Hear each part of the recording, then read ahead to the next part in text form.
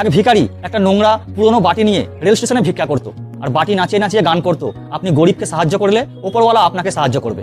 একটা প্যাসেঞ্জার খুব ব্যস্ত হয়ে যাচ্ছিল, হঠাৎ থমকে দাঁড়িয়ে পড়লো। সে ভিখারির সামনে একটা 100 টাকার নোট বের করে গুনতে লাগলো। ভিখারি মনে মনে ভাবলো, যদি একটা নোট পেয়ে যাই তাহলে ভাগ্য খুলে যাবে। লোকটা ভিখারিকে 10টা নোট দিয়ে বলল, ভাই তোমার ওই ভিক্ষার বাটিটা আমাকে দেবে?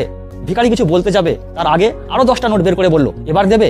ভিখারি আর দেরি না করে বাটিটা দিয়ে সঙ্গে সঙ্গে চলে গেল, যাতে লোকটা আবার মন না বদলে ফেলে। আর লোকটা সঙ্গে সঙ্গে ট্রেনে উঠে পড়লো, যাতে ভিখারি মন বদলে আবার বাটিটা না চেয়ে ফেলে। লোকটা বাটিটাকে হাতে নিয়ে আন্দাজ করে দেখলো অন্তত 500 গ্রাম ওজন হবে।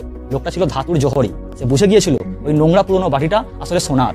কয়েক লাখ টাকার বাটি 2000 টাকায় পেয়ে গেল। আর ওদিকে ভিখারি ভাবলো ওই নোংরা পুরনো বাটিটার জন্য 2000 টাকা দিয়ে গেল এক মূর্খ।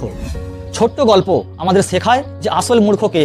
এই পৃথিবীতে আমরা যে জীবন পেয়েছি এটা খুবই মূল্যবান, খুবই দুর্লভ। মানুষ হিসাবে জন্মগ্রহণ করা খুবই ভাগ্যের।